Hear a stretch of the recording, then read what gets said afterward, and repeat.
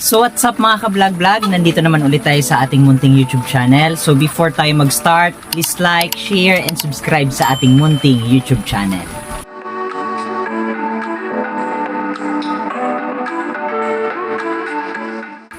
So ang daming na-inspire na mga viewers natin, na mga ka-vlog-vlog na gumawa din ng kanilang YouTube channel. So nagtatanong sila kung paano daw ba mapadami yung YouTube subscribers sa kanilang YouTube channel.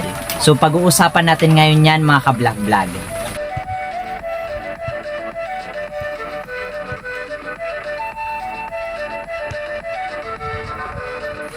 So nung una, katulad nyo din akong mga bago sa YouTube na mayroong konting mga subscriber, pero dahil sa sipag at tiyaga at syempre sa diskarte na rin kung paano natin mapapadami yung ating YouTube subscribers, ay nagbunga yung ating pagod.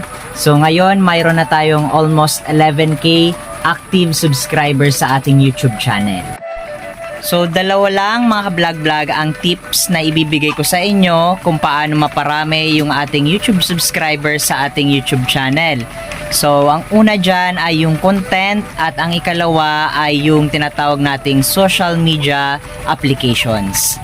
Unahin natin pag-usapan yung content. So, before kayo magsimula ng inyong YouTube channel, ay isipin nyo muna kung ano yung content na i-share ninyo sa inyong mga target viewers. Sa akin, ang aking content ay nakafocus sa backyard farming, specifically sa layer production and sa pagtatanim ng kahit anong klaseng tanim.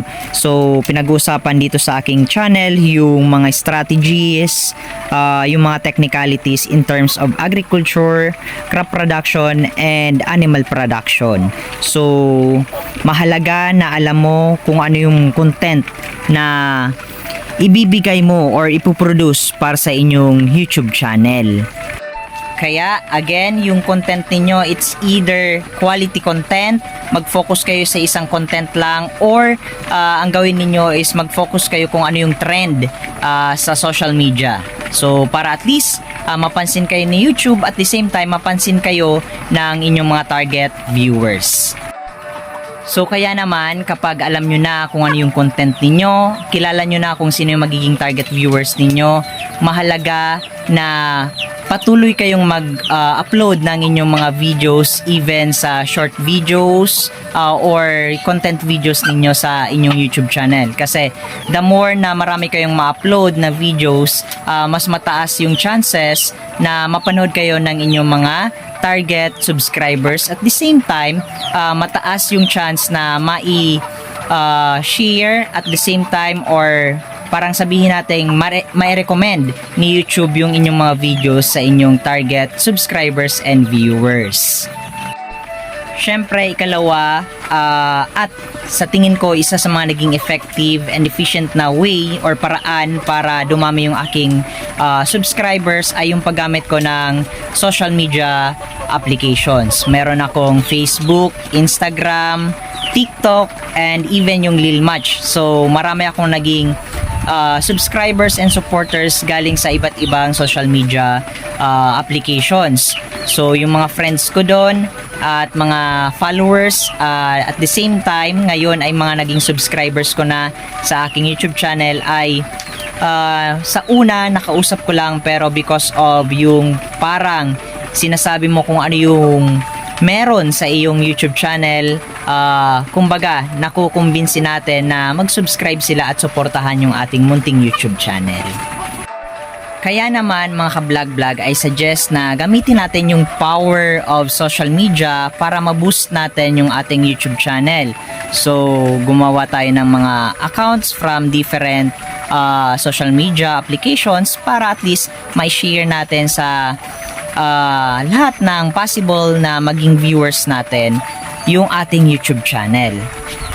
Dahil kung wala yung ating mga YouTube subscribers ay wala din tayo. So importante na maibigay natin kung ano yung hinahanap or gustong panoorin ng ating mga target na viewers, at the same time ng ating mga subscribers.